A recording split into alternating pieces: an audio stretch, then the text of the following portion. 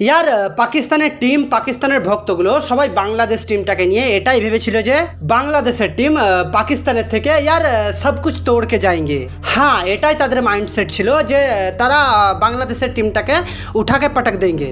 কিন্তু বাংলাদেশের টিম যেভাবে তাদের খেলা দেখিয়েছে, যেভাবে তারা ডমিনেট করেছে, সেটা অ্যাবসলিউটলি ওয়াও। হ্যাঁ, নেক্সট লেভেলের ছিল।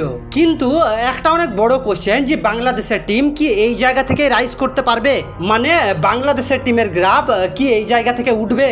তাহলে এর উত্তর আমি আপনাকে এখন দিতে পারবো না, কিন্তু বাংলাদেশের টিম যখন ভারতের বিপক্ষে খেলবে সেটা দেখে আপনি এই কোশ্চেনের উত্তরটা পেয়ে যাবেন। কিন্তু এই কথাগুলো আমি আপনাকে এই জন্য শোনালাম যে এই কোশ্চেনটা বারবার আসছে যে বাংলাদেশের টিম ইন্ডিয়ার মধ্যে গিয়ে ইন্ডিয়াকে একটাও টেস্ট ম্যাচ হারাতে পারবে। কিন্তু আমি আপনাকে বলি যে এর উত্তরে কিছু মানুষ আছে যারা বলবে না না, এটা একদমই হতে পারে না, এটা অসম্ভব, বাংলাদেশের টিম ইন্ডিয়াকে কখনো হারাতেই পারে না। কিন্তু এই চিন্তাধারাটা আপনার এবং আমার শ্রীলঙ্কার সাথে সিরিজের মধ্যেও ছিল, কিন্তু শ্রীলঙ্কা ভারতের সাথে প্রতিটা ম্যাচে ডমিনেট করছিল, যার কারণে শ্রীলঙ্কার টিম ম্যাচও জেতে, আর এমনভাবে জেতে যে তারা ভারতের ওয়েদারটাই খারাপ করে দেয়। হ্যাঁ, একটা কথা যে আমি ইন্ডিয়ার ভক্তদের কাছে রিকোয়েস্ট করছি যে আপনারা কোনো রকমভাবে কোনো টিমকে ডিগ্রেড করবেন না, কেননা আমি অনেকবার দেখেছি যে ভারতের ভক্তরা অপোজিট টিমটাকে কোনো কিছু মনেই করে না।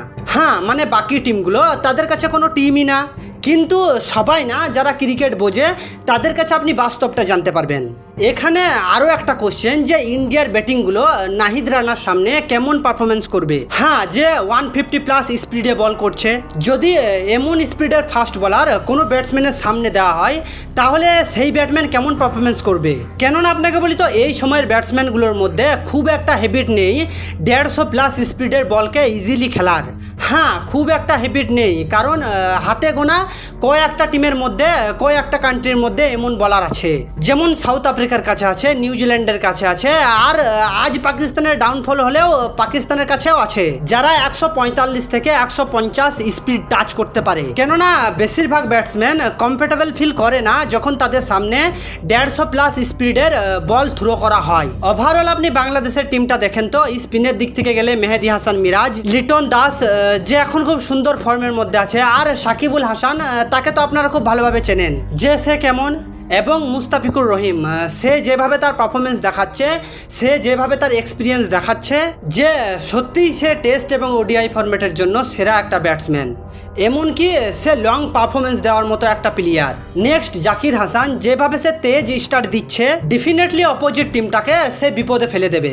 আর ক্যাপ্টেন নাজমুল হোসেন শান্ত, যেভাবে তার এই ছবিটা ভাইরাল হয়েছে সেটা অনেক খুশির ব্যাপার। হ্যাঁ ইয়ার, অনেক বড় ব্যাপার। হ্যাঁ, অনেক সুন্দর একটা স্মৃতি যখন আপনি এমন একটা কান্ট্রির সাথে ম্যাচ জিতেছেন যে কান্ট্রির সাথে আপনারা আগে কখনো একটা টেস্ট ম্যাচ জিতে উঠতে পারেননি, সেখানে আপনারা তার ঘরে গিয়ে তার মাঠের মধ্যে তাদেরকে 2-0-তে টেস্ট সিরিজ হারিয়েছেন। এটা কত বড় ব্যাপার, এটা কত বড় একটা খুশির ব্যাপার, সেটা শুধুমাত্র বাংলাদেশের মানুষজনই জানে, আদার্স কান্ট্রির মানুষজন এটা বুঝতে পারবে না। আর ভারতের টিম এই সময় সেরা স্টেজে আছে। হ্যাঁ, ভারতের টিম সেরা টিমের মধ্যে একটা টিম, কিন্তু তারপরেও বাংলাদেশকে কোনো রকম হালকাভাবে নেওয়াটা ঠিক হবে না, কেননা এই সময়ে বাংলাদেশের কিছু ভালো ভালো প্লেয়ার ফর্মের মধ্যে আছে। কেননা আমি আপনাকে বারবার এটা বোঝাতে চাই না যে তারা পাকিস্তানে গিয়ে পাকিস্তানকে হারিয়েছে, কেননা পাকিস্তানকে এই সময় হারানো কোনো ব্যাপারই না। কেননা আগের কিছু বছর ধরে ওয়ার্ল্ড কাপের মতো স্টেজে তারা জিম্বাবুয়ের কাছে হেরে যাচ্ছে, ইউএস এর কাছে হেরে যাচ্ছে, তারা আয়ারল্যান্ডের মতো টিমের কাছে হেরে যায়, তারা নিউজিল্যান্ডের স্কুল টিমের কাছে সিরিজ হেরে যায়। আর এই মোমেন্টে যদি কোনো টিম পাকিস্তানের বিরুদ্ধে ভালো পারফরমেন্স করে তাহলে তাদের বেশি উল্লাস করা, তাদের বেশি আনন্দ করার কোনো রকম কোনো দরকারই নেই। কেননা বড় বড় টিমগুলো পাকিস্তানকে হারানোর পর এটাই চিন্তা করে যে আমরা কি পাকিস্তানকে হারালাম, না পাকিস্তান নিজে নিজেই হেরে গেল। হ্যাঁ, এতটাই খারাপ ক্রিকেট তারা খেলছে, তাদের যেভাবে গ্রুপিং চলছে, তাদের যেভাবে পলিটিক্স চলছে, তারা ইচ্ছা করে নিজেই হেরে যাচ্ছে। হ্যাঁ, এটাই পাকিস্তানের টিম।